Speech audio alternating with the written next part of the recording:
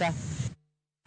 Jatend duond bura mar People's Liberation Party Martha Karua oyango ni jokenya biro wuok oko kendo kwedo chike manyiso nopuodhi kod jatend piny William Ruto koting'o chik machiwo arita ne ji matiyo kod mbui mong'ere kaka cyber security.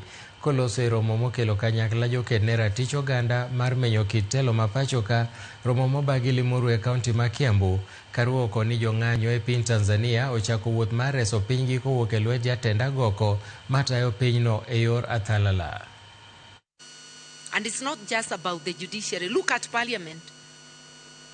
Whom have we elected?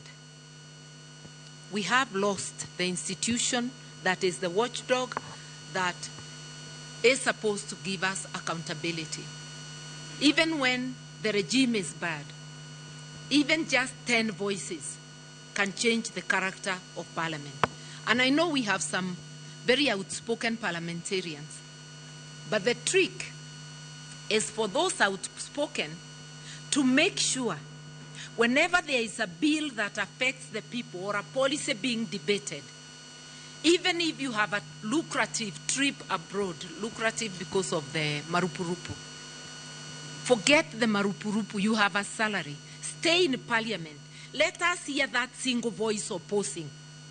Let it go on record. We will be checking to see was there opposition to the cyber crimes bill? Was there opposition to the Privatization Act? Was there opposition to all those oppressive laws? Failing to be in parliament when you are needed, if you are not sick, is actually a crime against the people who elected you. It's a betrayal. We will begin to call for accountability by those seated in offices. Now, to what I want